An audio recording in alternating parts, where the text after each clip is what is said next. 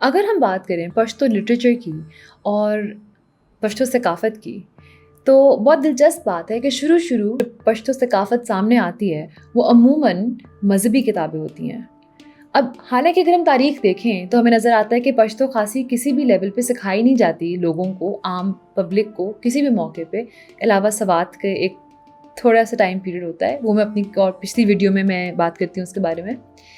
لیکن اگر ہم مختلف حکمرانوں کے بارے میں دیکھیں تو پتہ چلتا ہے کہ کافی حکمران ایسے تھے جن کے لیے ذاتی طور پہ پشتو زبان بہت قیمتی تھی۔ السلام علیکم، میرا نام ہے مشا اور خوش آمدید تاریخی ٹیلز میں۔ اب ایسا ایک حکمران تھا شیر خان۔ کہتے ہیں کہ شیر خان کو صرف یہ زبان بولنی نہیں آتی تھی، اس کو یہ زبان بہت پسند بھی تھی۔ جب شیر خان نئے فوجی ہائر کرتا تھا تو وہ ان فوجیوں سے عموماً پشتو زبان میں سوال پوچھتا تھا، اور جو فوجی پشتو میں جواب دیتا تھا اور وہ اس کو کہتا تھا کہ ٹھیک ہے اب تم تیر کمان میں سے ایک تیر مجھے نکال کے دکھاؤ، اور اگر وہ اچھے سے دکھاتا تھا تو اس فوجی کو باقی فوجیوں کی نسبت زیادہ تنخواہ ملتی تھی۔ اب جیسے کہ ہم نے بات کی کہ پشتو زبان ایکچولی بہت زیادہ اسٹیٹ لیول پہ تو نہیں سکھائی گئی، لیکن جن لوگوں کو اس زبان کو پڑھنے میں دلچسپی تھی اور جو لوگ اس زبان کو پسند کرتے تھے، ہمیں 16ویں صدی کے قریب ایسی کتابیں نظر آنا شروع ہو جاتی ہیں جو کہ پشتو میں لکھی جاتی ہیں یا ٹرانسلیشنز ہوتی ہیں۔ جس تاریخ دان سے میں نے یہ ساری ریسرچ اٹھائی ہے، وہ تاریخ دان ایکچولی انگلینڈ میں جا کے مختلف میوزیمز میں اور لائبریریز میں جو پشتو کتابیں وہاں ہوتی ہیں واقع، جو کہ بائی دا وے شاید دنیا کی سب سے بڑی کلیکشن ہے، کیونکہ جاتے ہوئے انگریز سب کچھ لے گئے تھے، وہ تاریخ دان ان کو بھی اسٹڈی کرتا ہے اور ساتھ ہی ساتھ پاکستان میں جو موجود لائبریریز ہیں ان کو بھی اسٹڈی کرتا ہے۔ جو انڈیا میں موجود پشتو کی لائبریریز کے جو مینیوسکرپٹس ہوں گے ان تک اس کی پہنچ نہیں تھی، ٹھیک ہے۔ اب ان میں سب سے جو فیمس کتابیں تھیں ان میں سے ایک تھی خیر البیان، جو کہ لکھی گئی تھی بیضد انصاری کے ہاتھوں۔ وہ اپنے آپ کو پیر روشن کے نام سے بھی مخاطب کرتے تھے اور لوگ بھی ان کو اس نام سے جانتے تھے۔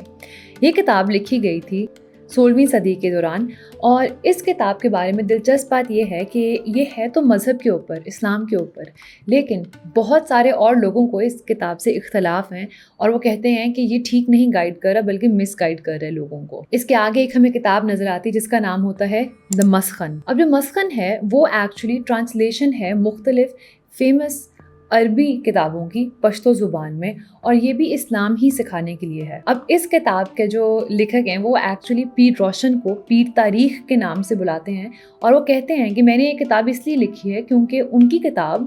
لوگوں کو گمراہ کر رہی ہے۔ تو جیسے میں نے کہا وہ ذرا کنٹروورشل کتاب ہے۔ اب یہ پوری کتاب پشتو میں لکھی جاتی ہے نستعلیق اسکرپٹ کے اندر، لیکن جو اس کا پریفیس ہوتا ہے شروع میں جو آتھر لکھتا ہے وہ فارسی زبان میں، کیونکہ اس زمانے میں فارسی زبان ہی سب سے زیادہ بولے جانے والی زبان تھی۔ اور کتابیں جو ہمیں ملتی ہیں اس دور کی ان میں آتی ہیں رشید البیان، جو کہ ملا عبدالرشید نے لکھی تھی، اور یہ کتاب 1712 میں لکھی گئی تھی، اور کسی وجہ سے یہ خصوصاً عورتوں کو بہت پڑھائی جاتی تھی، بلکہ ان محفلوں میں جہاں عورتیں خود پڑھ لکھ نہیں سکتی تھیں، ہر کوئی نہیں پڑھ لکھ سکتا تھا اس دور میں،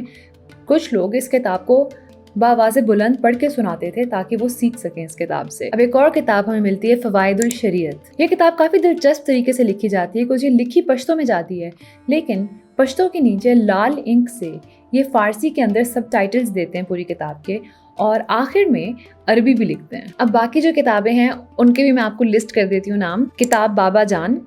جنت الفردوس، نفی المسلمین، رباقۃ الاسلام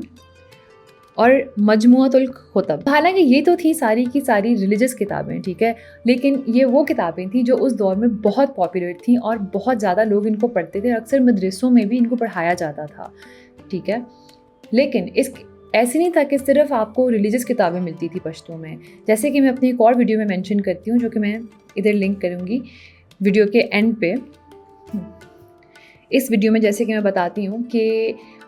کیونکہ انگریز لوگ خود پشتو سیکھنا چاہتے تھے، وہ عام لوگوں کو نہیں سکھانا چاہتے تھے، تو بہت زیادہ پشتو سیکھنے کی کتابیں بھی لکھی جاتی ہیں اس دور میں، اور ساتھ ہی ساتھ ہمیں مختلف لٹریچر، نظمیں، کہانیاں بھی سامنے آنا شروع ہوتی ہیں ہمارے۔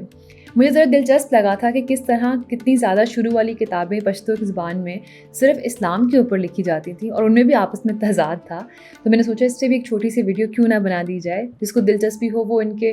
ہوپ فلی آن لائن یا کہیں نہ کہیں ان کے پرنٹس ملتے ہوں گے، دیکھ کے پڑھ سکیں۔ آئی ہوپ آپ کو یہ ویڈیو پسند آئی ہو۔ آپ سے ملاقات ہوگی اگلی دفعہ۔ خدا حافظ۔